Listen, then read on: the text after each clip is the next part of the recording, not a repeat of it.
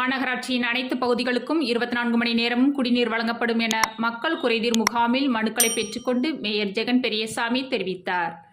தூத்துக்குடி மாநகராட்சி கிழக்கு மண்டல அலுவலகத்தில் மக்கள் குறைதீர் முகாம் நடைபெற்றது. முகாமிற்கு மாநகராட்சி ஆணையர் மதுபாலன் தலைமை வகித்தார். துணை மேயர் ஜெனிட்டா, கிழக்கு மண்டல தலைவர் கலைச்செல்வி ஆகியோர் முன்னிலை வகித்தனர். கிழக்கு மண்டல உதவி ஆணையர் சொர்ணலதா வரவேற்றார். இதில் மேயர் ஜெகன் பெரியசாமி கலந்து கொண்டு பொதுமக்களிடம் கோரிக்கை மனுக்களை பெற்றார். பின்னர் அவர் பேசுகையில், கிழக்கு மண்டலம் வணிகர்கள் அதிகம் வசிக்கும் பகுதி. அவர்களுக்கு பாதிப்பு ஏற்படாத வகையில் அனைத்து பணிகளையும் செய்து வருகிறோம். தூத்துக்குடி மாநகராட்சியின் அனைத்து பகுதிகளுக்கும் 24 மணி நேரமும் குடிநீர் வழங்குவதற்கு பணிகள் நடைபெற்றுக் கொண்டிருக்கிறது என்றார்.